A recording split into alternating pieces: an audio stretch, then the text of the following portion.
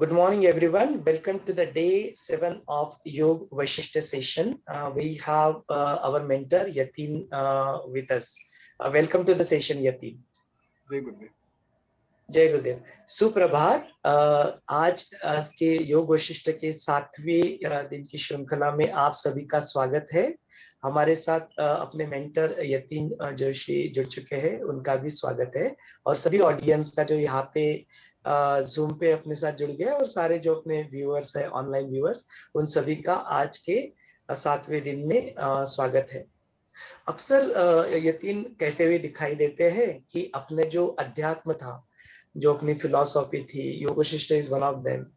ये और बाकी की कई सारी जो अपने अध्यात्म की बातें, स्पिरिचुअल अंडरस्टैंडिंग है, उसमें और विज्ञान में अक्सर श्री रविशंकर जी गुरुदेव भी इसके बारे में बात करते हैं।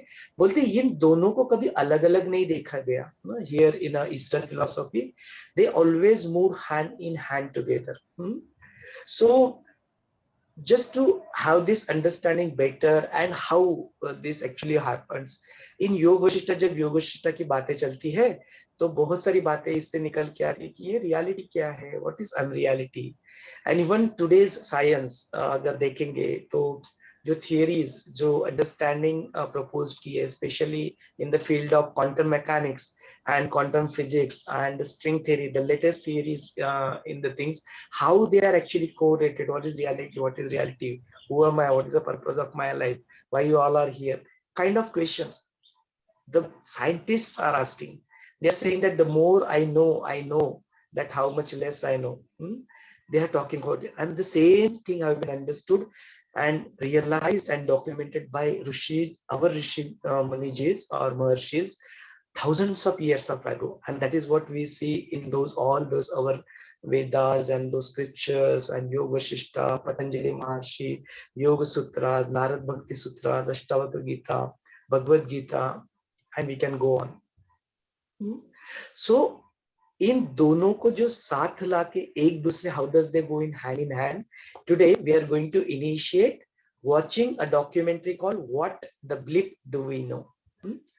डॉक्यूमेंट्री 1 hour 48 minute का है। obviously will not be watch it in our sessions. What we'll do, उसका पार्ट हम लोग देखेंगे and then we will open it for a discussion and will request our mentor Yatin to kind of talk more about it and also link it with our regular sessions of Yoga Vashishta. So with your permission, Yatin, can we start? Yes, sure. Okay, let's.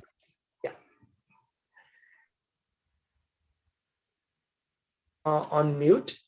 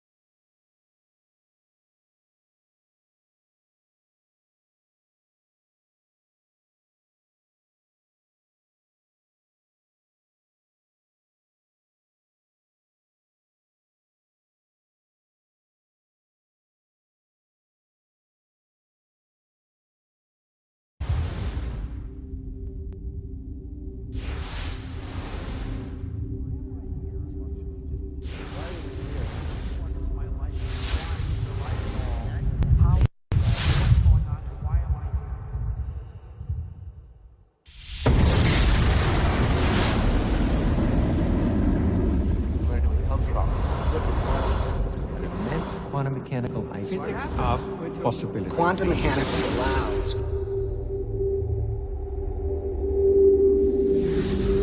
supreme mind. The brain is capable of millions of neural nets. Cascade of biochemical An emotional response. molecules. The brain does not know the difference between what it sees in its environment and what it remembers. We are running the holodeck. Whatever way we observe the world around us. So how can you continue to see the world as real if the self that is determining it to be real is intangible?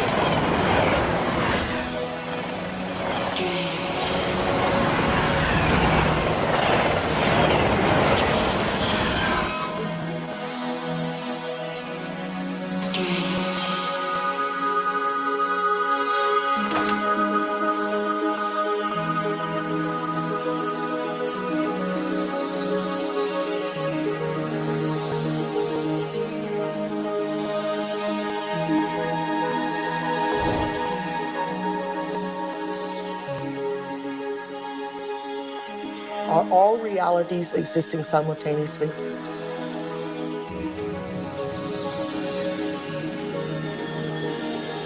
Is there a possibility that all potentials exist side by side?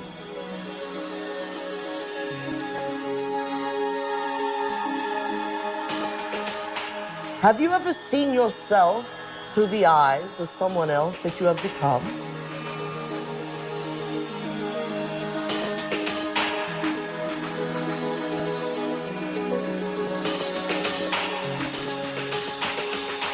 And looked at yourself through the eyes of the ultimate observer? Who are we? Where do we come from? What should we do? And where are we going? Why are we here? Well, that is the ultimate question, isn't it? What is reality? What I thought was unreal now, for me, seems in some ways to be more real than what I think to be real, which seems now more to be unreal. You can't explain it. And anybody who gets too lost and anybody who spends too much time trying to explain it is likely to get lost forever down the rabbit hole of mysteriousness. I think the more you look at quantum physics, the more mysterious and wondrous it becomes. Quantum physics, in very succinctly speaking, is a physics of possibilities. These are questions. These are addressing questions of how the world feels to us, of whether there's a difference between the way the world feels to us and the way it really is. Have you ever thought about what thoughts are made of? I think some of the things we're seeing with the children today is a sign that the culture is in the wrong paradigm and not appreciating the power of thought. Every age, every generation has its built-in assumptions that the world is flat, or that the world is round, etc. There are hundreds of hidden assumptions, things we take for granted that may or may not be true. Of course, in the vast majority of cases, historically, these things aren't true. So presumably, if history is any guide, much about what we take for granted about the world simply isn't true. But we're locked into these precepts without even knowing it oftentimes. That's a paradox. Modern materialism strips people of the need to feel responsible. And often enough, so does religion. But I think if you take quantum mechanics seriously enough, it puts the responsibility squarely in your lap, and it doesn't give answers that are clear-cut and comforting. It says, yes, the world is a very big place. It's very mysterious. Mechanism is not the answer, but I'm not going to tell you what the answer is, because you're old enough to decide for yourself. Is everyone a mystery? Is everyone an enigma? They most certainly are. Asking yourself these deeper questions opens up new ways of being in the world. It brings in a breath of fresh air. It makes life more joyful. The real trick to life is not to be in the know, but be in the mystery.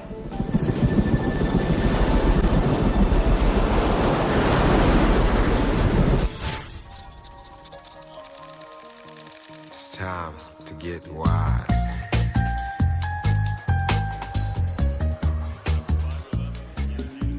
Why do we keep recreating the same reality? Why do we keep having the same relationships? Why do we keep getting the same jobs over and over again? In this infinite sea of potentials that exist around us, how come we keep recreating the same realities? Isn't it amazing that we have options and potentials that exist, but we're unaware of them? Is it possible that we're so conditioned to our daily lives, so conditioned to the way we create our lives that we buy the idea that we have no control at all. We've been conditioned to believe that the external world is more real than the internal world. This new model of science says just the opposite. It says what's happening within us will create what's happening outside of us. There's a physical reality that is absolutely rock solid, and yet it only, if you want to put it this way, it only comes into existence when it bumps up against some other piece of physical reality. That other piece may be us, and of course we're partial to those moments. But it doesn't have to be either. It could be just some incidental rock comes flying along and interacts with this fuzzy mass of stuff, and sure enough, it provokes it into a particular state of existence. And there were philosophers in the past that said, look, if I kick a rock and I hurt my toe, that's real. I feel that, it feels real, it's vivid, and that means that it's reality. But it's still an experience, and it's still this person's perception of it being real. Scientific experiments have shown that if we take a person and hook their brains up to certain PET scans or computer technology and ask them to look at a certain object, and they watch certain areas of the brain light up, and then they've asked them to close their eyes and now imagine that same object. And when they imagine that same object, it produced the same areas of the brain to light up as if they were actually visually looking at it. So it caused scientists to back up and ask this question. So who sees then? Does the brain see, or do the eyes see? And what is reality? Is reality what we're seeing with our brain, or is reality what we're seeing with our eyes? And the truth is that the brain does not know the difference between what it sees in its environment and what it remembers, because the same specific neural nets are then firing. So then it asks the question, what is reality?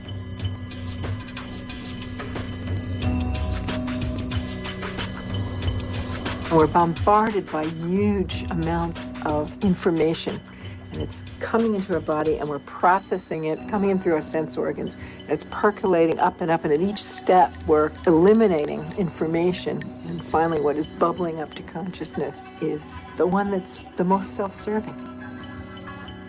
The brain processes 400 billion bits of information a second, but we're only aware of 2,000 of those. But our awareness of those 2,000 bits of information are just about the environment, our body, and about time.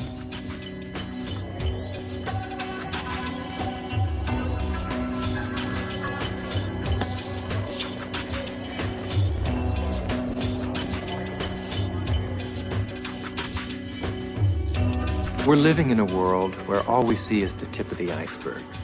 The classical tip of an immense quantum mechanical iceberg. Hey, wow! You got a lot of shots to develop? No. Oh, bummer. Well, I'll catch you later.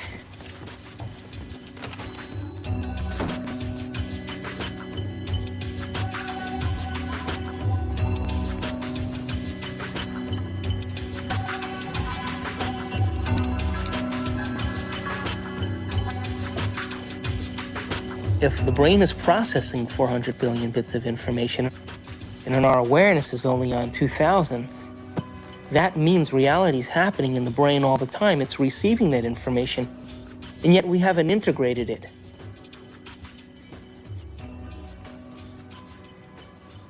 The eyes are like the lens, but the tape that's really seeing is the back of the brain. It's called the visual cortex. It's right back here. It's like this camera, and it's tape. Did you know that the brain imprints what it has the ability to see? Now, this is important.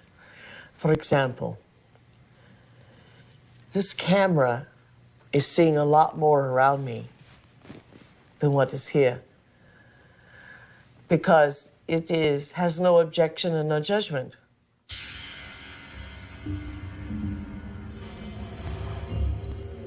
The only movie that's playing in the brain is what we have the ability to see. So is it possible our eyes, our cameras see more and what our brain has the ability to consciously project? Well, the way our brain is wired up, we only see what we believe is possible. We match patterns that already exist within ourselves through conditioning. So a wonderful story that I believe is true is that when the Indians, the Native American Indians on the Caribbean islands saw Columbus's ships approaching, they couldn't see them at all because it was so unlike anything they had ever seen before. They couldn't see it. When Columbus's armada landed in the Caribbean, none of the natives were able to see the ships, even though they existed on the horizon. The reason that they never saw the ships was because they had no knowledge in their brains or no experience that clipper ships existed. So the shaman starts to notice that there's ripples out in the ocean, but he sees no ship, but he starts to wonder what's causing the effect.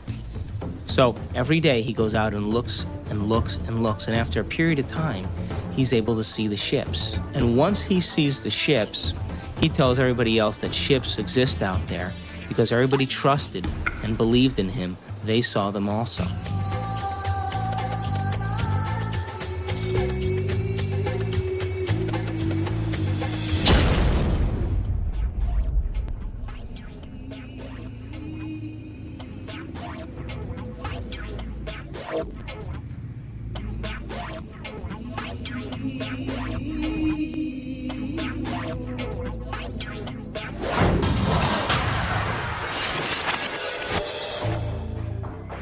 We create reality. We're reality-producing machines. We create the effects of reality all the time. We always perceive something after reflection in the mirror of memory.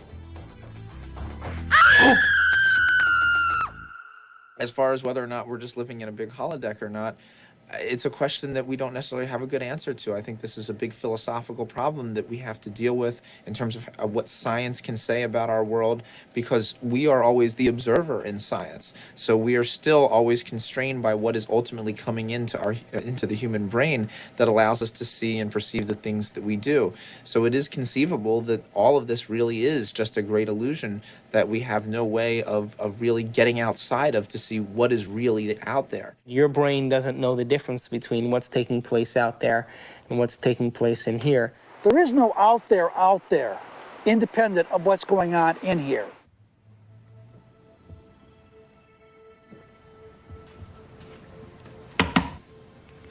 You okay?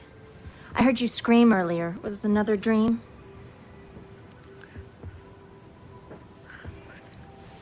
You were an Indian, watching Columbus's ship materialize out of thin air. Wow. And this medicine man kept hitting you. Cool. Hey, maybe it was a past life or a parallel reality or a future life. Get weird. Or maybe that dream was trying to tell you the truth. I guess it just depends on what you think is real. Maybe you should try different anxiety pills. My pills are fine, okay? Thank you. Well, I have to go get dressed. I hope you feel better, Amanda.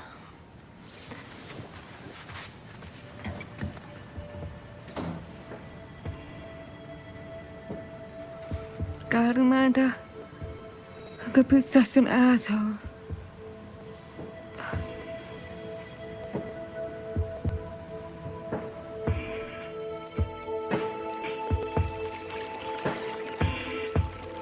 There actually are choices in the direction of how a life can go that are contingent upon small level quantum effects not being washed out.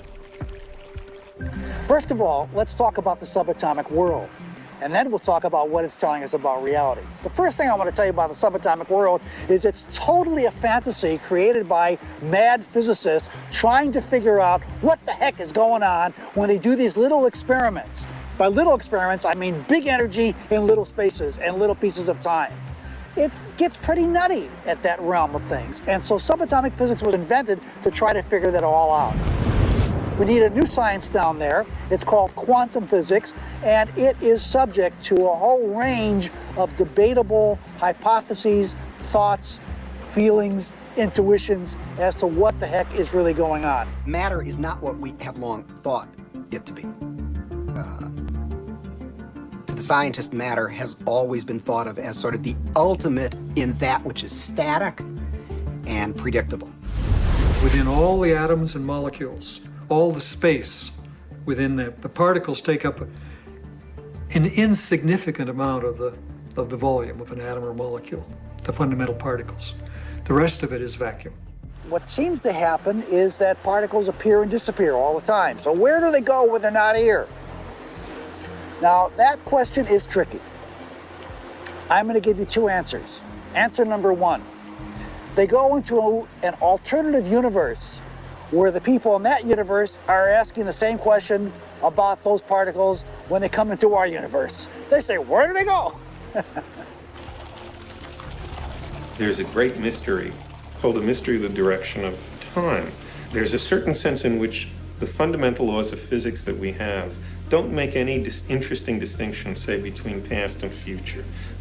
For example, it's a puzzle from the standpoint of the fundamental laws of physics. Why we should be able to remember the past and not have the same kind of epistemic access to the future. It's a puzzle from the standpoint of these laws, why we should think something like, by acting now, we can affect the future but not the past. These things, that we have a different kind of epistemic access to the past and the future, that we have a different kind of control by acting now over the future than we do over the past, these things are so fundamental to the way we experience the world that that it seems to me not to be curious about them is to be, 3/4 of the way to being dead.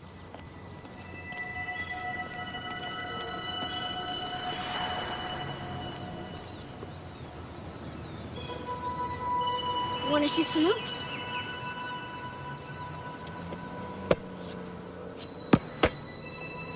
Now you don't have to be like that.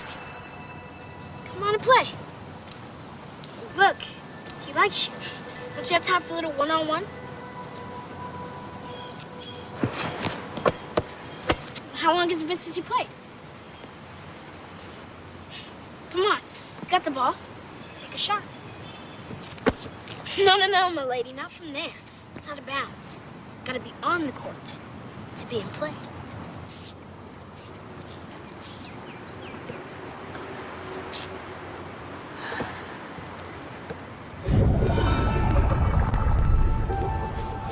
Welcome to Duke Reginald's court of unending possibilities.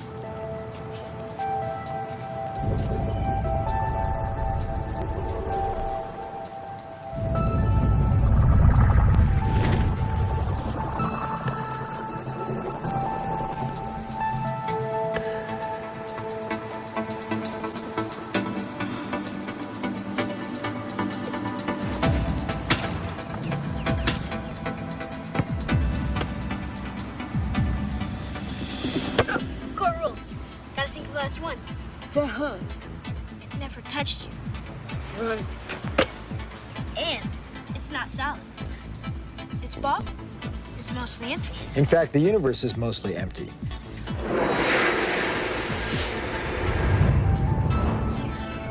We like to think of space as empty and matter as solid. But in fact, there is essentially nothing to matter whatsoever. It's completely insubstantial. Take a look at an atom. We think of it as a kind of hard ball.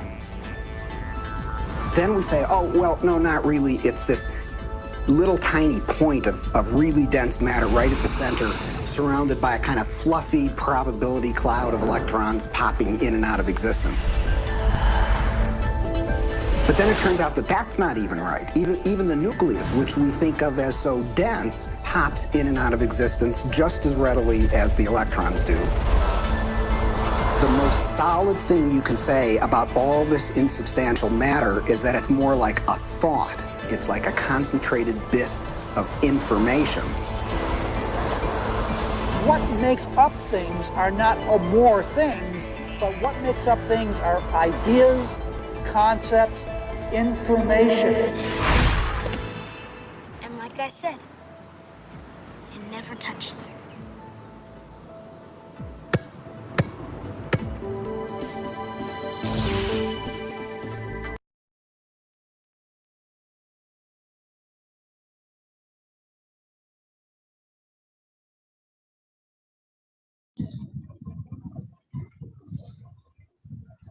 Welcome back. So that was the few 20 to 20 minutes of the documentary, science documentary called "What the Blip Do We Know?"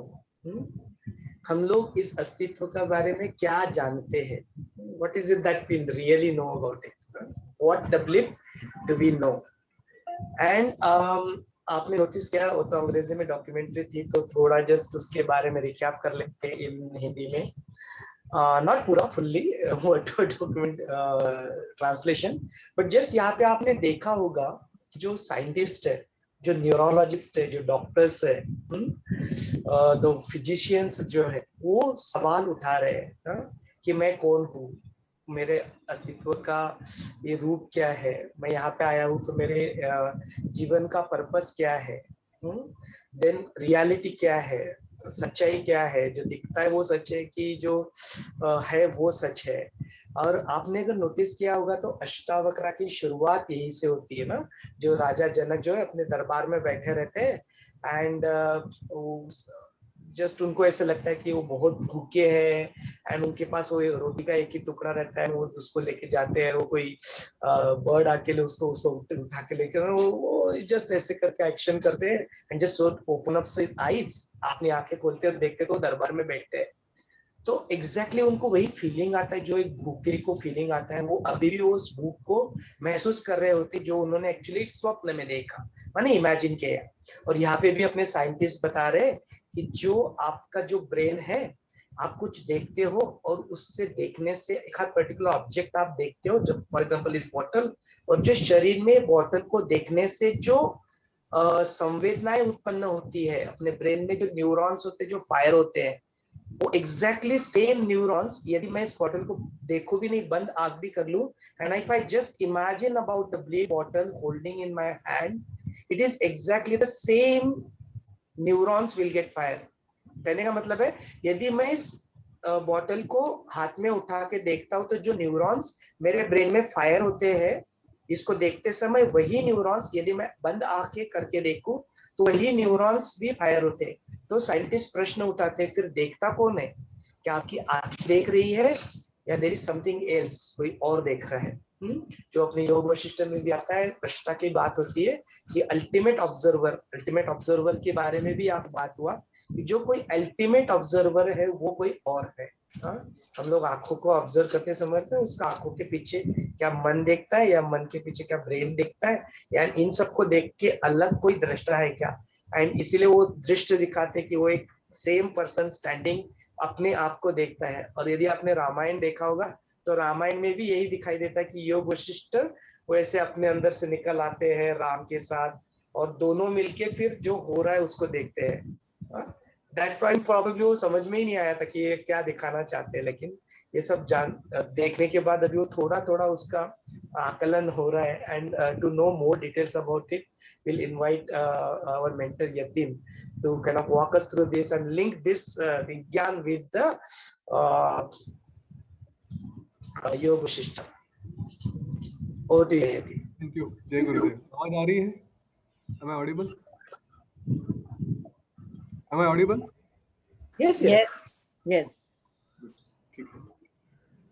ये बहुत amazing journey है. अभी जो देखा ना, तो योग वशिष्ठ के कई सारे सवाल आते हैं इसमें.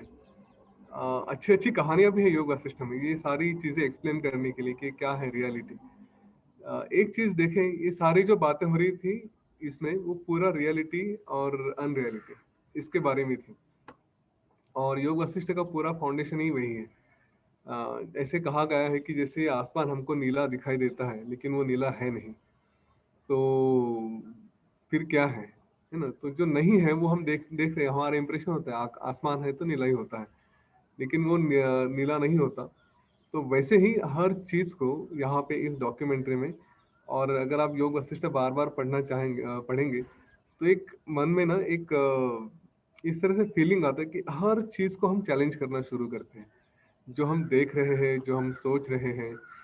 और जैसे जैसे इस मार्ग में हम अपनी तरक्की करते हैं, प्रगति करते हैं, इवॉल्व होते हैं, तो वैसे वैसे पूरी दुनिया को देखने का हमारा नजरिया बदल जाता है। और सिर्फ इतना ही नहीं, बाकी लोगों के हिसाब से हमारी अपनी लेवल सोचने की, हमारी मैच्योरिटी, उसके बाद जिस तरह से हम किसी चीज़ को रिएक्ट करते हैं, ये सारी चीज़ें धीरे धीरे धीरे धीरे जैसे जैसे पढ़ाई होती जाएंगी, जैसे जैसे वो गहराई में आते जाएगा ना, ये सब बदलने लगता है। और इसका रीज़न क्या है?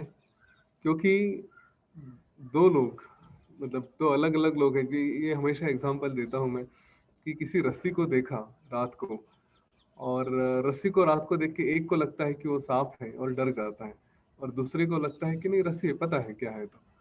तो जो हमने देखा वो नहीं है ना। इसके लिए वो हमेशा जो त्रिपुटी कहती, तीन चीजें, दृश्य, दर्शन और दृष्टा, कौन देखने वाला है, क्या है, और हम क्या देख रहे हैं। तो इसके बारे में अध्यात्म में या तत्व ज्ञान में हमेशा इसके बारे में बातें आती हैं। हम ज़्यादा टेक्निकल वर्ड्स में नहीं जाएंगे क्योंकि वो कन्फ्यूजन क्रिएट करता है। और यहाँ पे शुरू में ही हमने जैसे बात की थी कि हमें ज्ञान के ऊपर ज़्यादा फोकस देना है, नॉट ऑन द इंफॉर्मेशन, है ना। तो इन्फॉर्मेशन मतलब ये इतने 3 होते हैं, 7 वर्ल्ड है, ऐसे ये जो सारी नंबर्स और उनके नाम वगैरह दिए गए हैं, ये सारी इन्फॉर्मेशन होती है, जानकारी होती है। असली ज्ञान क्या है, उसके पीछे क्या हो रहा है वो समझ लीजिए, बस उतना आ गया ना, अपनी जीवन निकल गया। देखिए, योग वशिष्ठ या कोई भी ग्रंथ अगर आप पढ़ रहे हैं तो क्यों पढ़ रहे हैं ये समझ में आना चाहिए, है ना।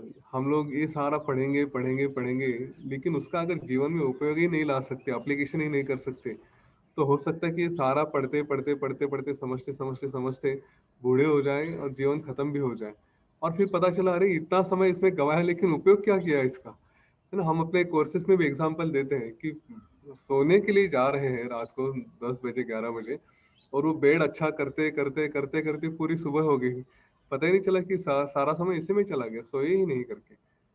तो ये जो सारा ज्ञान है योग वशिष्ठ का, उसको अगर संक्षिप्त में रखा जाए तो कुछ चीजें, कुछ पॉइंट्स आ जाते हैं जो इस डॉक्यूमेंट्री में भी दिए हैं।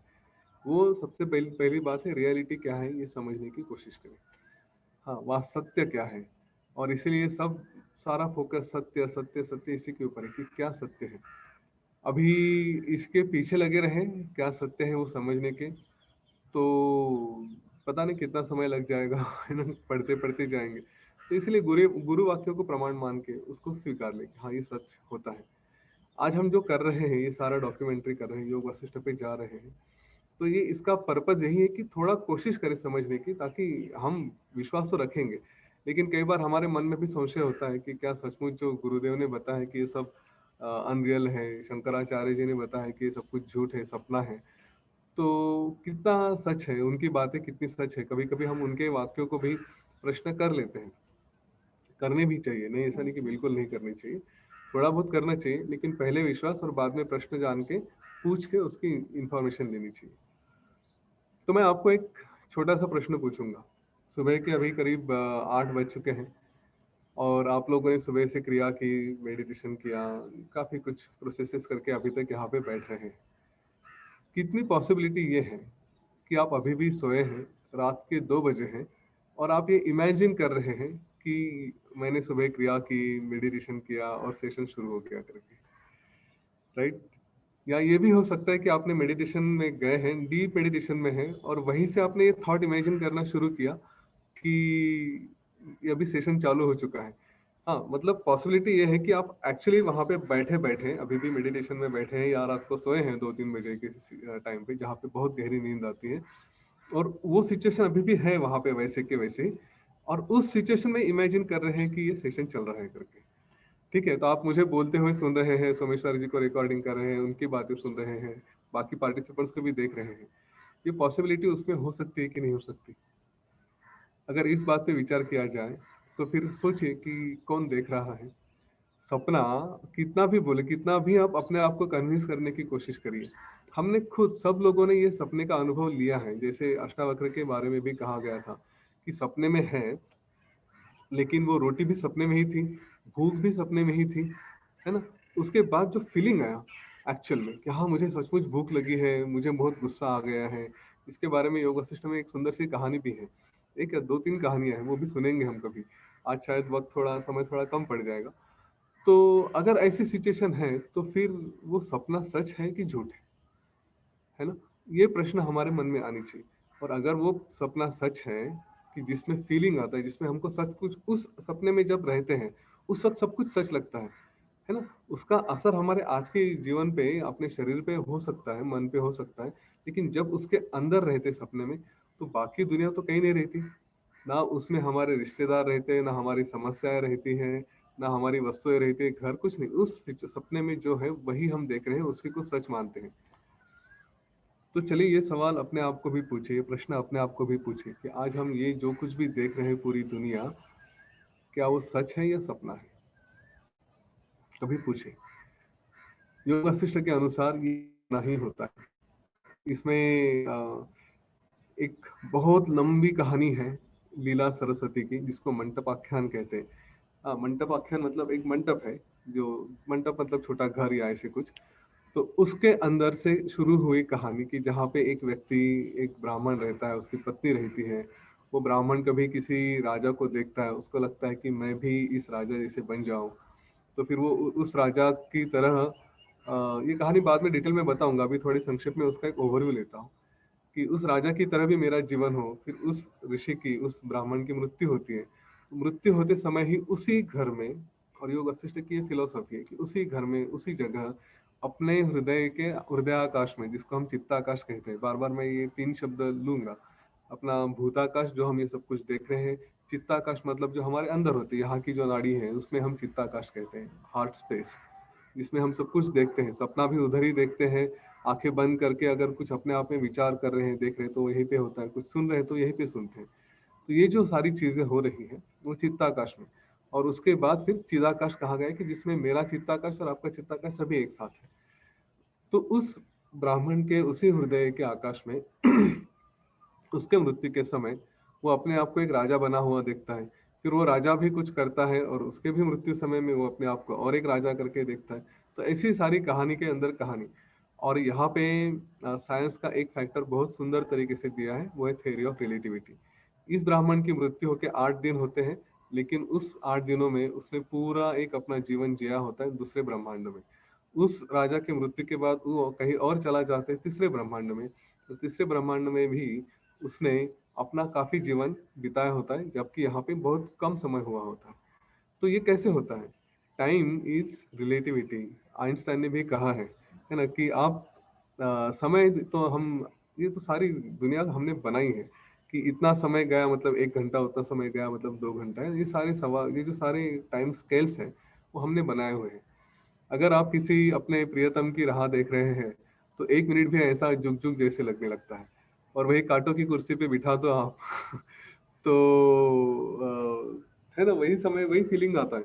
और किसी के साथ बैठे, प्रियतम के साथ बातें कर रहे, तो फिर तो अभी ना जाओ छोड़ के कि दिन अभी ढला नहीं राइट, इस तरह की बातें शुरू होती। अरे इतना ही, इतनी देर से बैठे हैं, ऐसा लगता ही नहीं, अरे अभी तो बैठे थे, अभी तो बात कर रहे थे, इतनी जल्दी समय खत्म भी हो गया। Time is relative. ये हमारे मन की संकल्पनाएं होती है कि बहुत शॉर्ट है या बहुत लॉन्ग है। आपने शायद वो मूवी भी देखी होगी, इंग्लिश मूवी थी उसकी, क्या था उसमें, एक बेटी और बाप की बहुत सुंदर कहानी है। पिताजी उसके ये होते, उसका नाम आ रहा है मेरे, वो एक एस्ट्रोनॉट होते हैं, स्पेस में जाते हैं दूसरी गैलेक्सी के बाउंड, अपने गैलेक्सी, क्या नाम है उसका, वो बॉर्डर पे रहते हैं। वहां पे 1 घंटा मतलब यहाँ के 7 साल, ऐसा कुछ तो इक्वेशन होता है उसका, है ना। वो भी हमने देखा है कि ये टाइम का इक्वेशन पूरा अलग हो जाता है बाद में बाहर जाके। तो फिर ये सारी जो चीजें देख रहे हैं, जिसको हम रियल मान रहे हैं, जिसको हम समझ रहे हैं, ऐसा क्यों है? और यहाँ पे श्री राम जी ने ये कभी प्रश्न पूछा था ऋषि वशिष्ठ से कि आप इतना बार बार बार बार बता रहे कि ये सब कुछ अनरियल है, ये सब कुछ झूठ है, ये सत्य ये नहीं है, सत्य कुछ और है। तो फिर हमें ये सच क्यों लगता है? जो हम देख रहे हैं इसमें हम इतना विश्वास क्यों करते हैं? तो जो बात उन्होंने कही थी कि कई जन्मों के इम्प्रेशन से बार बार हमारे मन पे ये थोपा गया है कि ये सब कुछ जो देख रहे हैं वो सच है, और इसीलिए हमारे वो इम्प्रेशन से हमको बताते हैं कि सब कुछ सच है, हम इसको स्वीकारते हैं। आपको अगर आश्चर्य लगेगा, और इसीलिए उन्होंने वो जो एक कोलंबस का उदाहरण दिया था और इंडियंस का, रेड इंडियंस जिसको कहते हैं, इंडियंस का उदाहरण दिया था जो बेसिकली अमेरिका में इनिशियली थे, या कैरिबियंस जहाँ पे जैसे वेस्ट इंडीज एक उसमें आइलैंड है, तो वहाँ के लोगों ने जब इसको देखा था तो उनको शिप के बारे में पहले कल्पना नहीं थी। और हमने कभी टार्जन की कहानी भी सुनी होगी कि जब वो शहर में आता है तो उसको सारा कुछ अलग लगता है ना। हमने ऐसे एक इंसान की भी कहानी कभी सुनी होगी कि जिसको एक पूरे प्रोटेक्टेड एनवायरनमेंट में बढ़ाया गया, उसने बाहर की दुनिया देखी ही नहीं, और जब बाहर आता है तो उसकी इमोशंस, उसका फीलिंग टोटली अलग रहता है। हम एक इमेजिन करते हैं, वो किसी और चीज़ को अलग इमेजिन करता है। ये बहुत गहरी बात है, लेकिन ऊपरी तौर पे भी देखा जाए तो जैसे मैंने कहा कि सांप को देखा तो एक आदमी को डर लगता है, दूसरे को डर नहीं लगता। क्यों? क्योंकि जिस तरह से हमारा अपब्रिंगिंग हुआ है, देखिए पैदा हुए थे तो ये सारी इमोशंस लेके हम नहीं आए थे, कुछ चीज़ें हम लेके आए थे, कुछ चीज़ें हमारे ऊपर बाद में थोपी गई थी। जिस वातावरण में हम पले बढ़े, जो हमारे दोस्त रहे, जो किताबें हमने पढ़ी, हमारे साथ जो जो घटनाएं होती गई, उन सारी घटनाओं ने हमें अपने आप को तैयार किया। आज मैं जो कुछ भी हूँ, अगर आज मुझे योग वशिष्ठ में बहुत प्रेम है तो क्यों है? क्योंकि मुझे किसी ने बताया था। संदेश सावंत करके हमारे एक टीचर है, सोमेश्वर जानते हैं, बहुत साल से टीचर, तो उन्होंने कभी मुझे 2008 में बताया था कि ये योग वशिष्ठ की किताब लो और ये पढ़े तो निर्वाण हो जाएगा, मुक्ति मिल जाएगी, ऐसा कहते हैं। और मैंने उसको पढ़ना शुरू किया और नेचुरली कई सारी डिफिकल्टीज आती गई, कभी ब्रेक भी हुआ, फिर पढ़ना शुरू किया, और उसके बाद उसके साथ प्रेम हो गया योग वशिष्ठ के साथ, तो वो बार बार पढ़ते जाते। लेकिन आज मैं उसके बारे में कह रहा हूँ, बात कर रहा हूँ, पढ़ रहा हूँ, या जो भी कर रहे हैं, वो क्यों हूँ? क्योंकि कभी तो मुझे किसी ने बताया, मेरे दिमाग में एक इम्प्रेशन डाल दिया कि ये बहुत अच्छा है, और बाद में गुरुजी को भी सुना, उन्होंने भी कहा कि पढ़ना चाहिए, तो फिर गुरु आज्ञा भी हो गई तो पढ़ लेते हैं।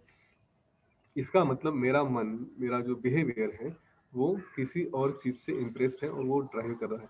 अंदर की प्रेरणा क्या होती है वो सब बाद में आते जाएगा, लेकिन हम में से यहाँ पे इतने लोग बैठे हैं, योग वशिष्ठ सुन रहे हैं या कुछ क्रिया कर रहे हैं, कुछ कर रहे हैं, तो क्यों कर रहे हैं? कहीं तो अनुभव आया, लेकिन उसके पहले हमें किसी ने ये इम्प्रेशन भी दिया कि बहुत अच्छा है करके, इसका अनुभव लेना चाहिए। और देखिए इसमें थोड़ी एक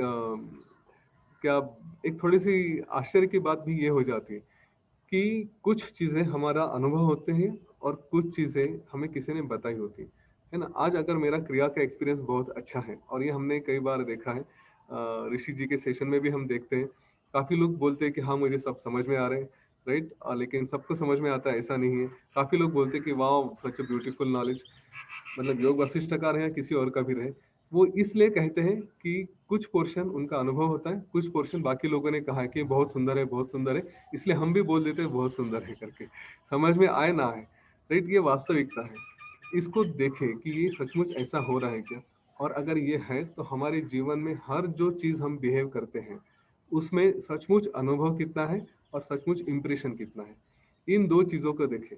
और ये जो सारा जर्नी है ना, ये सारा इम्प्रेशंस टू अनुभव इस तरह का होना चाहिए।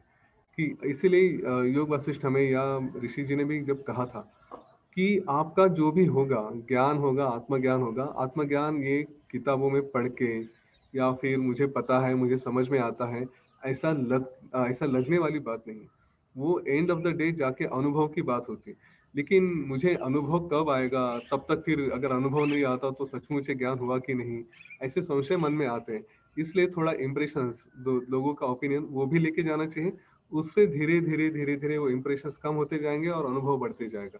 जब ये हमारा प्रवास होएगा, जब हमारा ये जर्नी हो जाएगा, तब हमें एक दिन पता चलेगा कि हाँ अभी तो ये सारा अनुभव की बात है, वो अपने आप से हो जाता है। तो ये प्रश्न मन में बार बार आनी चाहिए रियलिटी के बारे में, तब हम देखना शुरू करेंगे।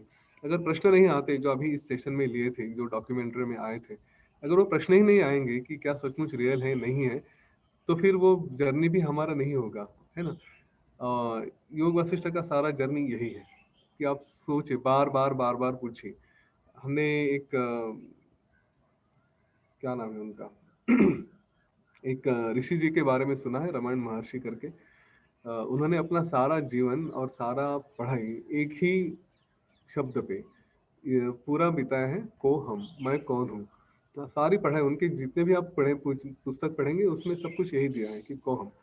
तो इस बारे में बार बार अगर गुरु जी को पूछते हैं मैं कौन हूँ, तो बोलते हैं ये प्रश्न है, पकड़ के रखो, इसको छोड़ना मत, यही आपको आगे लेके जाएगा, है ना। बार बार उन्होंने यही कहा। तो ये सारा जर्नी उसके ऊपर है, मैं कौन हूँ, ये सच जो कि कुछ भी देख रहा हूँ ये सच है झूठ है। श्री राम जी ने भी अपने प्रश्न में वही पूछा था कि ये सारा भाग तो रहा हूँ लेकिन पता नहीं सचमुच जीवन कहाँ है, मैं कौन हूँ, असल में कौन हूँ, मुझे ये समझ में आना चाहिए। तो ये डॉक्यूमेंट्री इसलिए बहुत अच्छी है मेरे ख्याल से। इसका जितना हम प्रचार भी कर सके उतना अच्छा रहेगा। पर उसके जवाब है जो उसके आंसर्स है योग वशिष्ठ में ही देते हैं। डॉक्यूमेंट्री में कुछ कुछ बातें जो कही थी उन्होंने कि बेसिकली क्वांटम मैकेनिक्स बार बार उन्होंने पूछा है, क्वांटम मैकेनिक्स क्वांटम फिजिक्स क्या है। तो एक छोटा सा उसका एक्सप्लेनेशन देना चाहूंगा ताकि हम समझे कि हम किस बारे में बात करें। क्वांटम मैकेनिक्स जनरली ऐसी चीज को रेफर करता है कि लोगों फिजिकल प्रॉपर्टीज मतलब क्या, अगर आग है तो गर्म है, ये आग की फिजिकल प्रॉपर्टी होगी। ठीक है, पानी बर्फ पे अगर हाथ रखा तो बर्फ की फिजिकल प्रॉपर्टी क्या है, ठंडा है। तो ये प्रश्न हमने पूछे कि ये आग गर्म ही क्यों होती है, क्या गर्म होती है मुझे लगता है इसलिए गर्म है क्या, अगर ठंड पे बर्फ है ठंड है तो उस पर हाथ रखूंगा तो वो क्या सचमुच ठंड है, अगर ठंड है तो ये मुझे लगता है इसलिए या फिर वो सचमुच ठंड है। अगर ऐसी बात है तो कोई टुंड्रा प्रदेश में रहने वाला इंसान या नॉर्थ पोल पे रहने वाला इंसान अगर भारत में आता है तो उसको यहाँ पे जो ठंड है रिलेटिवली हमारे लिए जो ठंड होती है 4 डिग्री 5 डिग्री, अगर पुणे का टेम्परेचर लिया जाए तो हम बाहर जाके घूमने के लिए हम स्वेटर लेके जाएंगे, जैकेट पहन के जाएंगे। वो बंदा तो खुलेआम घूमेगा, उसको कुछ नहीं लगता, उसको कोई प्रॉब्लम ही नहीं होता। हम जब किसी ठंडे एरिया में जाते हैं तो वहाँ का इंसान एकदम आसानी से रह सकता है, लेकिन हमें 17 कपड़े पहनने पड़ते हैं, मंकी कैप पहननी पड़ती है और पता नहीं क्या क्या करना पड़ता है। ऐसा क्यों होता है? क्या ये फिजिक बॉडी का ट्यूनिंग हम जो कह रहे हैं, हाँ बॉडी को अपने आप को ट्यून करना पड़ता है, ये करना पड़ता है, वो करना पड़ता है। तो कभी गुरुदेव को भी देखिए, गुरुदेव की जो एक डाइविंग इनटू इन्फिनिटी करके बुक है माइकल फिशमैन ने लिखी हुई, उसको पढ़िए। तो गुरुदेव का पहला इम्प्रेशन ही उनका ये था कि सारे लोग इतनी ठंड में सब कुछ कपड़े वगैरह सब जैकेट्स वगैरह पहने बैठे हुए हैं और गुरुदेव को ठंडी नहीं लग रही है, वो ऐसे ही साधारण कपड़ों में ही है। क्या होता है ये? ऐसे ही उसकी वजह क्या हो सकती है? और हमने ये भी देखा है कि कई सारे लोग ये केवल इम्प्रेशन में होते हैं। अपने आप को अगर काफ़ी गर्मी हो रही है और हमने अगर थोड़े अपने सांस के ऊपर ध्यान दिया तो हमारा जो गर्मी का फीलिंग है वो कम हो जाता है। ठंड के बारे में भी यही, अगर बहुत ठंड लग रही है हमने अपने आप में थोड़ा ध्यान देना शुरू किया तो एक एक्सपीरियंस आ जाता है थोड़ी समय के लिए कि हाँ नहीं वो ठंड का इफेक्ट कम लग रहा है। तो फिर रियल क्या है, सचमुच ठंड है कि नहीं है? क्या ये सब हमने सोच के रखा है? हमारा ब्रेन, वो जो ब्रेन के बारे में बात कर रही थी कि हम अपने ब्रेन के हिसाब से देखते हैं या सचमुच जो है फीलिंग वो देखते हैं। अगर मुझे किसी ने मारा तो मुझे हर्ट होता है, ये हर्ट हुआ ये मेरे ब्रेन ने बताया कि सचमुच हर्ट हुआ है? ये सारी चीज़ें हमें देखनी चाहिए कि ये इसको प्रश्न करना चाहिए। और ये प्रश्न आज से ट्रिगर हो गए उस डॉक्यूमेंट्री से। एक छोटा सा एग्जांपल देके फिर रुकूंगा, फिर देखते हैं और अगर कुछ प्रश्न है तो। रिसेंटली मैंने ये पढ़ा था, ऑफ कोर्स व्हाट्सएप की यूनिवर्सिटी पे पढ़ा था, पता नहीं कितना सच है झूठ है, लेकिन मीनिंग इंपॉर्टेंट है उसका। कि यूएस में एक किसी व्यक्ति को पनिशमेंट हुई थी, मृत्यु दंड दिया गया था, शायद आपने भी सुना होगा। और उसको मृत्यु दंड देने के बाद जो उसको कहा गया था कि तुम्हारे ऊपर एक एक्सपेरिमेंट करेंगे और वो एक्सपेरिमेंट ये रहेगा कि तुम्हें सांप काटेगा, जहरीला सांप आके काटेगा और उसमें काटने के बाद अगर तुम बच गए तो बच गए, अगर मर गए तो मर गए। वैसे भी मृत्यु होने ही वाली है, तो अपने आप को ये एक्सपेरिमेंट के लिए अगर तैयार करते हो तो बताओ। तो उस इंसान ने हाँ कह दिया। फिर उसको एक कुर्सी में बिठाया गया, उसकी आंखें बंद कर दी गई, आंखों को पट्टी बांध के, उसको कुछ दिखेगा नहीं इस तरह से प्रोविजन की। और फिर उसको कहा कि अभी हमने जहरीला सांप लेके आए हैं और तुम्हें तुम्हारे हाथ में वो काटेंगे, यहाँ पे हाथ में काटने के लिए बताया गया, उसको तैयार किया गया। और जब 2 सुई, फिर सांप नहीं, 2 सुइयां लेके आए और वो सुई का टच उसके यहाँ पे किया, थोड़ा अंदर में दबो दिया, तो उसको फीलिंग हो गया कि किसी ने काट लिया करके और वो मर गया। और जब उसका पोस्टमार्टम किया गया तो पता चला कि जब जहरीला सांप काटने के बाद जो शरीर में रिएक्शंस होते हैं, जिस तरह का पॉइजन जनरेट होता है, जिस तरह की स्प्रेडिंग होती है और हमारा खून जिस तरह से उसको रिएक्ट करता है, जिस तरह की गांठें बन जाती है, एग्जैक्टली सेम रिएक्शन उसके शरीर में हो चुकी थी। हालांकि उसको जहरीले सांप ने काटा नहीं था। वही प्रश्न है कि ये हमारा ब्रेन देखता है या एक्चुअल में हम जो हो रहे हैं उसको रिएक्ट कर रहे हैं। और अगर ब्रेन कर रहा है तो ब्रेन भी क्यों करेगा, ब्रेन में ऐसा क्या है। कितना सुंदर पूछा है उस साइंटिस्ट ने कि अगर ये मिरेकल है कि हम पिछली बातें याद रख सकते हैं। मैं आज कुछ बोल रहा हूँ तो मैंने कुछ याद करके रखा है, तो क्यों बोल सकता हूँ। और अगर उसी लॉजिक से बोल सकता हूँ तो आगे की बातें क्यों नहीं देख सकता। ये किसने बनाया कि पास्ट है, प्रेजेंट है, फ्यूचर, ये किसने डिफाइन किया। What is past, what is future, what is present, कौन डिसाइड करेगा ये, इसकी कोई गारंटी नहीं है। तो इतने सुंदर सुंदर प्रश्न है, इनको आप देखिए और फिर आपको इसका सारे का जवाब एक ही आएगा। ये जो कुछ भी देख रहे हैं असत है, ये सपना ही है। और ये सपना क्यों है, ये क्रिएशन कैसे बना, तो इसकी कई सारी कहानियां, कई सारे एक्सप्लेनेशन बाद में आते हैं। असल में जवाब एक ही रहेगा, हम वही एक परमपिता परमेश्वर का ही भाग है, हम वही हैं। बस कहीं तो अपने आप में कंफ्यूजन हो गया, इसलिए हम यहाँ पे आके अपने आप को देख रहे हैं। और मैं आपको अलग से देख रहा हूँ, आप मुझको अलग से देख रहे हैं, वरना तो सब एक ही है ना। वो जर्नी शुरू कहाँ से हुआ था, कोहम से लेके आया था कि मैं कौन हूँ, ये प्रश्न उसको पड़ा, इसलिए वहां से लेके यहाँ तक आए, अपने आप को देखे। और अगर वहां पे वापस जाना है तो फिर से वही सवाल पूछ रहे हैं कि कोहम, मैं कौन हूँ। पता चलेगा मैं वो हूँ, अपना अस्तित्व खत्म हो जाएगा, सागर में बिंदु के जैसे मिल जाएंगे कभी ना कभी। बस वो कोहम से कोहम, कोहम सोहम, कोहम सोहम, यही जर्नी चलता रहता है। ठीक है, ये कभी आएगा बार बार पढ़ने से। आज शायद विश्वास नहीं होगा, आज शायद मन में यकीन नहीं होगा, आज शायद आश्चर्य लगेगा ये सचमुच है कि नहीं। तो वो स्वाभाविक रहेगा, क्योंकि हमारे इतने सालों से यही इंप्रेशंस बने हैं, हम दुनिया को सच मानते आ रहे हैं। बार बार बार बार योग वशिष्ठ पढ़ते जाइए जीवन भर, वो हैमर करके करके करके एक दिन बताएगा कि हाँ, अभी तुम जो समझ रहे हो तुम नहीं हो, ये सच्चाई नहीं है। हमारा मन, हमारा अस्तित्व उसको एक्सेप्ट करना शुरू करेगा कि हम कुछ और है करके। ठीक है, तो यहाँ पे रुकना चाहूंगा, अगर कुछ है बाद में। समय कितना हुआ?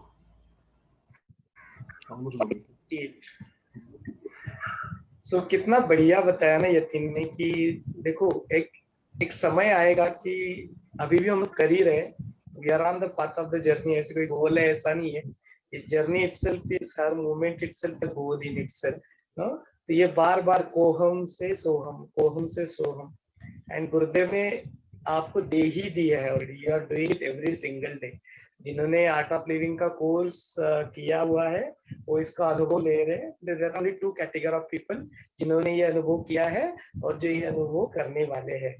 तो डेफिनेटली जिन्होंने अभी तक आर्ट ऑफ लिविंग का कोर्स नहीं किया है, जो यतीन बता रहे थे सोहम के बारे में, कोहम सोहम कोहम सोहम क्या है, तो जरूर आप आर्ट ऑफ लिविंग का कोर्स कर लीजिए, इसका अनुभव आपको खुद प्राप्त हो जाएगा। एंड देन जर्नी फिर चलती रहेगी कोहम सोहम के बीच में। With that note, I want to open this session to our audience. यदि आपके मन में प्रश्न, देखो डॉक्यूमेंट्री भी बहुत सारे सवाल ही पूछे, देन उसके जवाब वो लोग डॉक्यूमेंट्री में आगे देंगे। और जैसे यतीन जी ने भी बताया कि रामचंद्र जी सवाल ही पूछ रहे हैं। It is very important to, यदि मन में कुछ प्रश्न है तो जरूर उनको पूछ लीजिए। बिकॉज जो होते हैं ना, संत होते हैं ना, जो ज्ञानी होते हैं ना, वो अपना मुंह खोलते नहीं एक्चुअली। वो प्रश्न ही है जो प्रश्न उनसे बुलवाते हैं। तो अपने साथ है लोग, Yatin ji is there with us, do ask the questions and make him open up. प्रश्न पूछिए और उनके अंदर का जो भी निचोड़ है ना, उस निचोड़ को सार कर जानिए। ओवर टू योर ऑडियंस, अगर मन में प्रश्न है तो please unmute yourself and ask.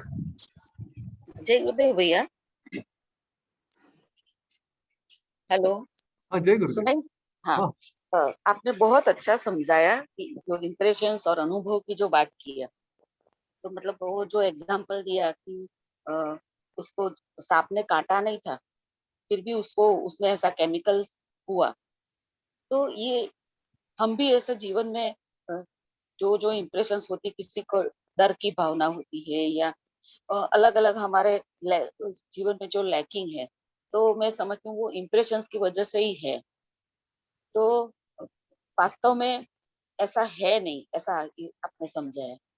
तो ये इम्प्रेशंस पहले से जब पृथ्वी मतलब जो बिग बैंग हुआ और सब सर्जन हुआ, ऐसा हम समझते हैं, तो वो इम्प्रेशंस पहले तो नहीं होगी ना वो सोल पे, तो वो कैसे आई? वैसे गुरुजी बोलते हैं कि बॉल है और वो कहाँ से पॉइंट शुरू होता है, कहाँ खत्म होता है, वो हम नहीं बोल सकते।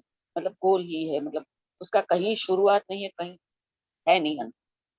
वो तो बराबर है, वो हम मान भी लेते हैं, लेकिन वो अगर हम बोलते हैं कि इम्प्रेशंस माइंड में है, उसकी वजह से हम ऐसा ऐसा बिहेव करने लगते हैं, हमारा मन ऐसा बिहेव करता है, अंदर केमिकल्स आता है, जनरेट होता है। तो भी इम्प्रेशंस अगर आई तो आई कहाँ, पहले शुरुआत में कहीं से तो आई होगी ना।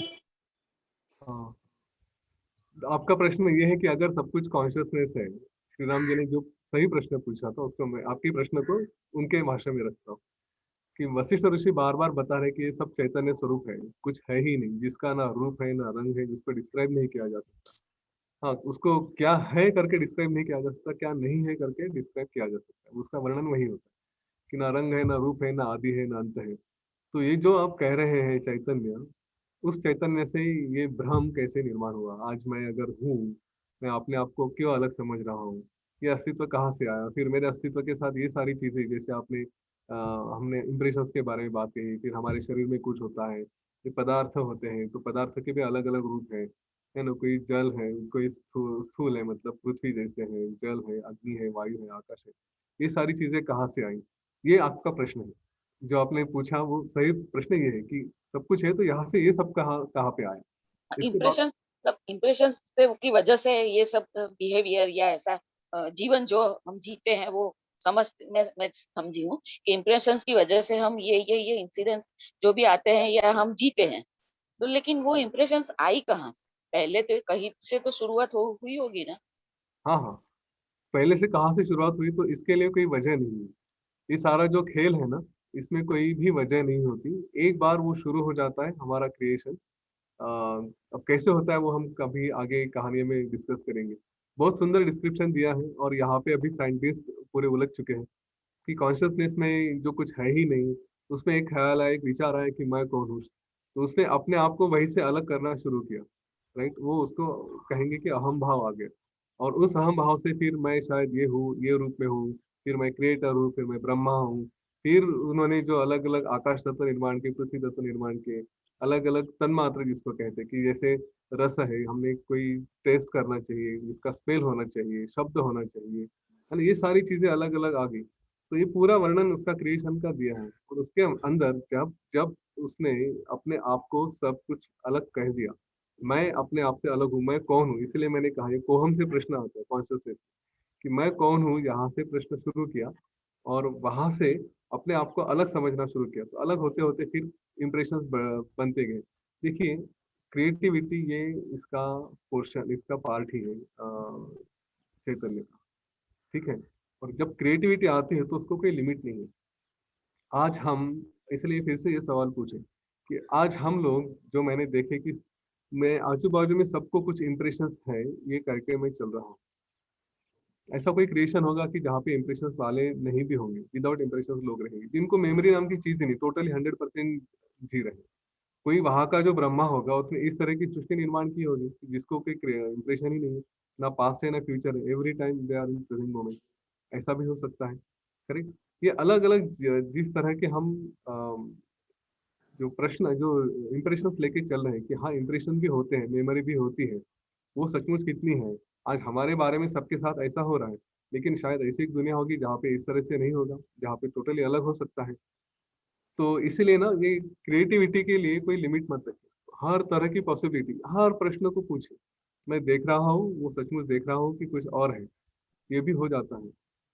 साइंस कहता है, फिजिक्स कहता है कि सामने की दीवार अगर दिख रही है, या सामने मेरे कुछ दिख रहा है, तो उसका रिफ्लेक्शन अंदर आता है, और इसीलिए मैं कुछ देख सकता हूँ, है ना। ये हमने देखा है, अगर मुझे दीवार दिख रही है तो क्यों दिख रही है, क्योंकि मेरी आंखों से रेज जा रहे हैं, उसके रेज रिफ्लेक्ट होके आ रहे हैं, और फिर वो रेज का एक फॉर्मेशन मेरे दिमाग में होता है, ब्रेन में होता है, और इसीलिए मैं उसको परसीव करता हूँ, समझता हूँ कि हाँ ये ऐसी चीज दिखाई देगी। अध्यात्म कहता है कि ऐसा कुछ नहीं होता, आपके अंदर दीवार है, आप उसको बाहर देख रहे हैं, ठीक है। एग्जैक्टली अपोजिट जर्नी, बाहर देख रहे हैं इसलिए अंदर दिखाई दे रहा है, ये साइंस कहता है। अध्यात्म कहता है कि अंदर है इसलिए बाहर दिखाई दे रहा है। फर्क है दोनों में, ठीक है। और यही अध्यात्म की तरफ लोग धीरे धीरे जा रहे हैं। आज का सारा जो इन्होंने कहा था, डॉक्यूमेंट्री, साइंटिस्ट, वो यही कह रहे हैं कि बाहर कुछ है कि नहीं पता, लेकिन अंदर है, इसलिए हम उसको देखते जा रहे हैं बाहर की तरफ। धीरे धीरे यही बातें सच होती जा रही है। तो इम्प्रेशंस कहाँ से आते हैं उसका कोई ये नहीं। एक बार हमारा जीवन बन गया, फिर पहले कभी इम्प्रेशन से आते। अब सबसे पहले जीवन में इम्प्रेशंस कहाँ से आए उसका कोई उत्तर नहीं है। वो अपने वो उस वक्त पूरा क्लीन रहता है। हमने ये भी देखा है, काफी सारे जो ऋषि होते हैं, शायद उनका पहला ही जन्म हो तो उनके ऊपर कोई इम्प्रेशंस नहीं होते, लेकिन धीरे धीरे वो इम्प्रेशन बनाना शुरू कर देते हैं। और फिर एक बार इम्प्रेशन बन गए, वो झूठ में फंस गए, तो उसके बाद अगले जीवन में वही झूठ लेके उसमें अटक जाते हैं। तो हमारा मन का स्वरूप ही है इम्प्रेशन लेकर इकट्ठा करना, फिर अगले जन्म में लेके जाना, उसके बाद फिर से इकट्ठा करना, फिर से अगले जन्म में लेके जाना। ये तो हमारा स्वरूप ही है। बस हमें इतनी बुद्धि दी गई है कि ये प्रश्न करें, इसका ज्ञान प्राप्त करने की कोशिश करें। तो वही बात होगी उसकी। इम्प्रेशन तो होते नहीं पर बिल्ड करते जाते हैं। आपके प्रश्न का उत्तर मिला क्या? हाँ, जय गुरुदेव। हाँ, तो यही बोल रहे हैं ना।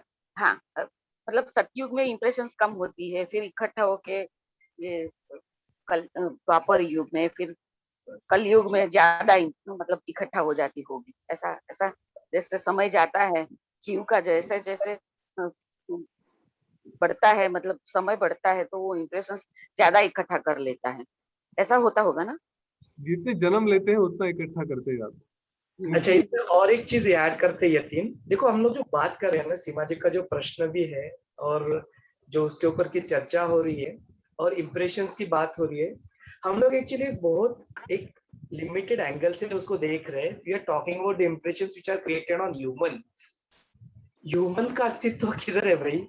इस बाकी के सृष्टि के, बाकी के ब्रह्मांड की बात छोड़ो, इस पृथ्वी पे, ये पृथ्वी था नहीं पहले, ये पृथ्वी क्रिएट हुआ, गैस का गोला था, ह्यूमन अस्तित्व में था ही नहीं।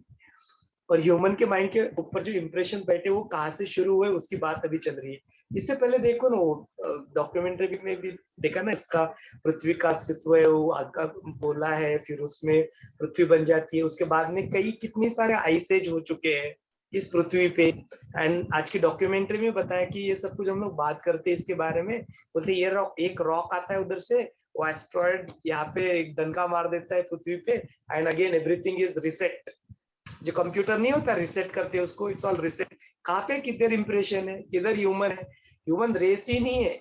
फिर से it's all start with the water and the ice age, the entire पृथ्वी आइस बन जाती है, फिर कुछ होता ही नहीं है ना। कहाँ पे इंप्रेशन है, किधर क्या है? नथिंग। ये जिस इंप्रेशन की बात चल रही है, it's all purely related to mind and इस अस्तित्व अपने ह्यूमन रेस की बात चल रही है, उस इंप्रेशन की बात चल रही है। बट जब वो आइस एज था तब किधर था कोई इंप्रेशन? तब किधर कुछ था? And it all started on its own. उसका पिघला थोड़ा सा और टेम्परेचर बढ़ा, पानी पिघला, उस पानी में पहला वो बैक्टीरिया तैयार हुआ, वो जो अमीबा तैयार हुआ। अमीबा में किधर था कुछ? किधर कौन से इंप्रेशन कैरी कर रहा था अमीबा, जिस इंप्रेशन की हम लोग बात कर रहे हैं? और कब जाके अलग अलग स्पीशीज तैयार हुए, फिर डायनासोर आए, डायनासोर चले गए, उसके बाद में पता नहीं कब मंकीज आए, अलग अलग स्पीशीज उत्पन्न हुई, उसके बाद में ह्यूमन लाइफ आया, उसके बाद में फिर all this things have happened. और फिर इंप्रेशंस की जस्ट इमेजिन, इस सृष्टि में जो ब्रह्मांड पूरा रियलिटी है, पूरे यूनिवर्स की भी बात नहीं कर रही, सिर्फ अर्थ की ही बात चल रही है। जिस अर्थ पे जो हो रहा है उसी को, जिसको वर्ल्ड बोलते, सृष्टि बोलते अपने अंडरस्टैंडिंग से, उसके परे तो बहुत कुछ है। एंड ह्यूमन रेस से रिलेटेड इंप्रेशंस एंड ये सब चल रहा है, उसके परे तो बहुत कुछ है actually. And it has been reset on this planet many number of times, not even once. अरे पता भी नहीं कब और नेक्स्ट टाइम कब होगा, and then again it will be reset, फिर से it all will just restart. तो रियली मतलब कितनी भी अगर बात करें इसके बारे में तो इसका आंसर मिलेगा कि जैसे यतीन ने पहले, we don't know from where it actually comes. जब स्टार्ट होता है तो where it comes. So goal goal है एक्चुअली वो अनुभव तक पहुंचने के लिए अनुभव की बात होगी। आपको कितना भी जवाब मिल जाए, योग वशिष्ठ में सारे जवाब मिल जाएंगे, पर जब तक अनुभव नहीं करेंगे तब तक वो जरूरी है।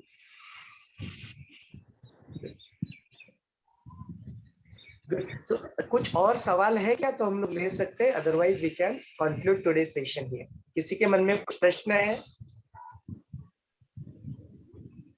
ये जरूरी नहीं कि यतीन जी उसका जवाब आज ही दे, लेकिन आपके मन में प्रश्न है तो पूछ लीजिए। हाँ हेलो भैया। हाँ जी। हाँ, तो आप कह रहे थे कि जो अमीबा आकर वाला वो पुरानी बातें कर रहे थे, तो मेरा सवाल था कि तब हम जो बात करते हैं कि हमारा आत्मा होता है, चेतना होती है, कॉन्शियसनेस होता है, तब वो सब कब कहाँ थे तब समय में? चेतना और एनर्जी तो उस वक्त भी थे, बिकॉज हाँ देखो हाँ हाँ एनर्जी की जब बात आती है तो ये जो पृथ्वी घूम रही है एनर्जी की वजह से ही घूम रही है। सन जो वहां पे से वो लाइट एनर्जी यहाँ तक आती है, जो गर्मी महसूस होती है जिसकी वजह से वो आइस पिघला, वो एनर्जी है ना। हम्म। जो यानी अलग बोलते हैं, उसको ग्रेविटेशनल एनर्जी बोलते हैं, हाँ जो हाँ हाँ रोटेशनल एनर्जी बोलते हैं, मैकेनिकल एनर्जी बोलते हैं। मैकेनिकल एनर्जी की वजह से वो घूम रहा है, ग्रेविटेशनल एनर्जी की वजह से चीजें धरती पे गिरती है। वो एनर्जी का एग्जिस्टेंस तो था ही, वो उस एनर्जी को ही हम लोग चेतना बोल रहे हैं, उसी को कॉन्शियसनेस बोल रहे हैं, उसी को अलग अलग नाम से पुकारते हैं, अवेयरनेस बोल रहे हैं। वो तो था ही। ह्यूमन लाइफ नहीं भी रहेगा तब भी एनर्जी तो रहेगी, है ही ना। पृथ्वी पे शुरुआत जो हुआ उसके पहले क्या एनर्जी नहीं थी? थी हाँ नेचुरल। हाँ इट इज देयर। जो फायर था, आग का गोला था, क्या वो एनर्जी नहीं थी? Yes, it is a form of energy ना। हम्म। इतना तो ऑलवेज है। हाँ, हम लोग जिसको शरीर बोल रहे हैं, जो ये बाकी के 6 एग्जिस्टेंस है जिसमें हम लोग माइंड बोल रहे हैं, बोल रहे हैं, इसके अस्तित्व तो आते हैं और लुप्त हो जाते हैं, आते और लुप्त हो जाते हैं। इस ब्रह्मांड को, इस यूनिवर्स को कुछ फर्क नहीं पड़ता उससे। It doesn't matter.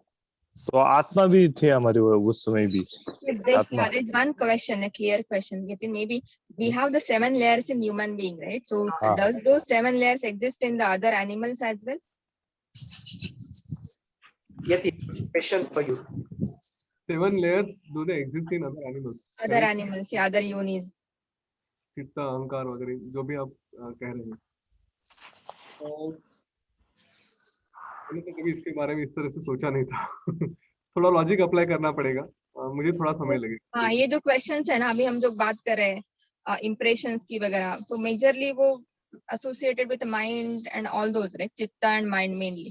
हाँ, देखिए सारी चीजें रहेगी लेकिन वो सुप्त स्वरूप में रहती है। हाँ, ठीक है, अहंकार नहीं होता ऐसा नहीं, क्योंकि अहंकार के बिना अस्तित्व नहीं होता अगर नीचे से शुरू किया जाए तो। अगर क्योंकि हर एक को अपना अहम है, डर लगता है कुत्ते के ऊपर अगर आप लाठी चलाओगे तो उसको डर लगता है, भाग जाता है, क्योंकि उसमें अहंकार है। नहीं तो फिर वो, उसको अहंकार अगर नहीं है तो उसको कोई फर्क नहीं पड़ता। तो ये एक उसका अहंकार की वजह से डर लगता है। डर है मतलब मन भी है, बुद्धि उसकी चलती है, क्योंकि उसको पता है कि ये करना चाहिए नहीं करना चाहिए। ठीक है, उसके साथ अगर आप देखेंगे कि उसके इम्प्रेशंस होते हैं तो नेचुरली होते हैं। अनजान आदमी पे भोंकेगा, जो पहचान का आदमी उसके ऊपर नहीं भोंकता, तो उसके इम्प्रेशंस मतलब मेमोरी, चित्ता है, वो भी होती है। तो ये सारे लेयर्स सबके सब में एग्जिस्ट होने चाहिए, ऐसा नहीं कि नहीं होते करके। ठीक है, लेकिन ये जो एक बात हो रही थी ना अभी, हाँ, एक एक इम्प्रेशन मैं क्लियर कर देता हूँ कि हम, ये प्रश्न इस तरह से आ रहे कि मेरा आत्मा था क्या, फिर मेरे पहले के इम्प्रेशंस होते हैं क्या, ये सारी जो बातें हैं ना, एक 2-3 चीजें आज एक्सेप्ट कर लीजिए। कि पहली बात, मैं आज हूँ और मैं कहीं और पे भी इसी वक्त हो सकता हूँ। दोनों जगह मेरा जो यतीन जोशी करके अस्तित्व है वो हो सकता है। आज एक जगह, किसी और जगह, साइमल्टेनियसली दोनों जगह हो सकता है। ठीक है, ये बातें अलग हो सकती है कि मैं एक इस जगह पे एक अस्तित्व में हूँ, किसी और जगह में कोई और अस्तित्व में हूँ, किसी और रूप में। तो there can be 2 of mind. Okay, 2 Yatin Joshi कई अलग जगह हो सकते हैं, इसी धरती पे भी हो सकते हैं, अलग अलग ब्रह्मांड में भी हो सकते हैं। क्यों? पहली बात। दूसरी बात, एक ही ब्रह्मांड नहीं है, एक ही पृथ्वी नहीं है, तो ये नहीं कि मैं मरने के बाद यहीं पे आऊंगा और कहीं और नहीं जा सकता। दोनों पॉसिबल है। ठीक है, इसी ब्रह्मांड में रह सकते हैं, दूसरे ब्रह्मांड में भी रह सकते हैं। तीसरी बात, अगर है तो ये जर्नी जरूरी नहीं है कि सतयुग, त्रेता युग, द्वापर युग, कलयुग करके ये होनी ही चाहिए। किसी ब्रह्मांड में शायद 1 या 2 ही युग हो सकते हैं, किसी ब्रह्मांड में 1 ही युग हो सकता है। उसके बाद मेरा जर्नी सतयुग से लेके कलयुग तक होगा ऐसा भी जरूरी नहीं है। अगर फिर से पैदा हुआ तो मैं सतयुग में भी जा सकता हूँ, या द्वापर में भी जा सकता हूँ, कहीं पे भी जा सकता हूँ। ये सारी पॉसिबिलिटीज, इसलिए मैं पहले से आपको बार बार बता रहा हूँ कि कई सारी पॉसिबिलिटीज एग्जिस्ट करते हैं, और अपना दिमाग को इस तरह से ओपन कर दीजिए कि हाँ ये भी हो सकता है। ठीक है, हम एक पकड़ के चल रहे हैं कि नहीं मेरा एक ही आत्मा होगा, एक ही अस्तित्व होगा, पैदा हुआ तो इसी धरती पे होऊंगा, फिर इंप्रेशन भी लेके आऊंगा, और फिर इसीलिए मैंने जो आज के रिलेटिव्स देखे वो अगले जन्म में भी इन्हीं को देख सकता हूँ, इसी घर में आ सकता हूँ। राइट, हमने ये सारी कहानियां वगैरह सब सुनी है। तो इसकी सारी पॉसिबिलिटीज ये हो सकती है कि आज आपने जो देखा है, आपकी जर्नी, आपका जो ये विश्व है, मेरा विश्व है, हमारा विश्व है, हमारे मृत्यु के बाद यही एग्जैक्टली ऐसे के ऐसा विश्व कहीं और किसी और ब्रह्मांड में भी हो सकता है। ये यहाँ के यहाँ पे पड़ा रहेगा, हम किसी और विश्व में भी वही देख सकते हैं। ये बात भी हो सकती है कि बातें करते करते करते कभी किसी की मृत्यु हो जाए। जैसे मैं अगर अपने बारे में कहूँगा, मृत्यु की बातें नहीं करनी चाहिए, लेकिन यह हो सकता है कि जीवन इस क्षण में खत्म हो गया, लेकिन मैं ये इमेजिन करके चल रहा हूँ कि मेरा जीवन चल रहा है किसी और दुनिया में, जहाँ पे जूम कॉल चालू है, जहाँ पे सब लोग बैठे हैं, आटा के सोमेश्वर ड्राइव कर रहा है, इधर इस धरती पे मेरे अंतिम संस्कार भी हो रहे हैं, लेकिन दूसरी दुनिया में मेरी दुनिया चल रही है, प्रॉपरली परफेक्टली हो रही है। इतनी सारी पॉसिबिलिटीज होती है। ठीक है, ये हमारे मन में ना एक पकड़ के रखा है कि बस एक जीवन है, खत्म हो गया तो खत्म हो गया, आत्मा कहीं चली गई, पता नहीं आसमान में है किधर है, जरूरी नहीं है। आपके साथ कुछ भी किसी भी वक्त सब कुछ हो सकता है। एक लवन राजा की बहुत सुंदर कहानी है, बैठे बैठे जादूगर ने उसको पूरा 60 साल का एक्सपीरियंस करा दिया था। तो कहानी अभी हम कल परसों या एक इसके पहले भी थोड़ा जीवन मृत्यु के बारे में, क्रिएशन के बारे में भी कहानी है, वो सुनेंगे, फिर वो देखेंगे, आएंगे कहानी। इतना 54 कहानियां हमारे पास बहुत कुछ सुनने के लिए है। ठीक है, तो उसमें ये कहानी, ये सारी बातें क्लियर हो जाएगी कि एक साथ कई अस्तित्व हो सकते हैं साइमल्टेनियसली। ठीक है, उनको देखते हैं।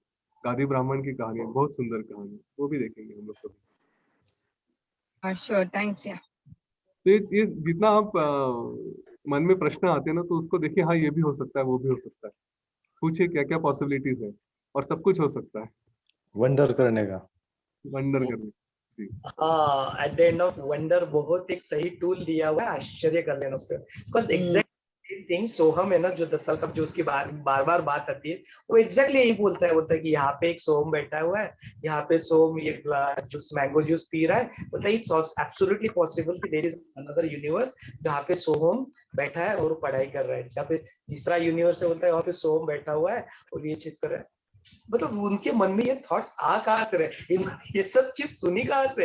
एक 10 साल का बच्चा, उसने योग वशिष्ठ पढ़ा है ना, कुछ सुना है ना, अष्टावक्र पढ़ा है ना, उसने कुछ सोहम क्रिया किया है ना, उसके मन में ये आ कहाँ से रहा है, ये बोल कहाँ से रहा है? अस्तित्व के जो स्तर है, जो हम लोग बोल रहे हैं कॉन्शियसनेस, वो ज्ञान को कैरी करता है।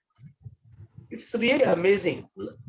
What I will do some point of time, where people like Yatin का जैसे बच्चा है, सो में इन सारे बच्चों को ना एक साथ लाएंगे actually, and we'll have Zoom call with them and we'll allow them to interact with each other and we'll monitor कि कैसे क्या करते हैं लोग, क्या बात करते हैं, how they talk to each other.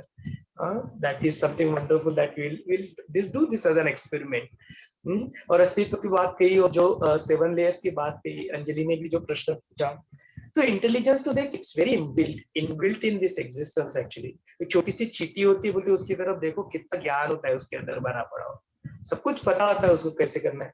एक गैया मैया होती है, उसको पूरा ज्ञान होता है कि बिल्कुल सूखा चारा खा लेती है और चारा खा के पता नहीं उसका शरीर में क्या मैकेनिज्म चलता है, उसका दूध बना लेती है।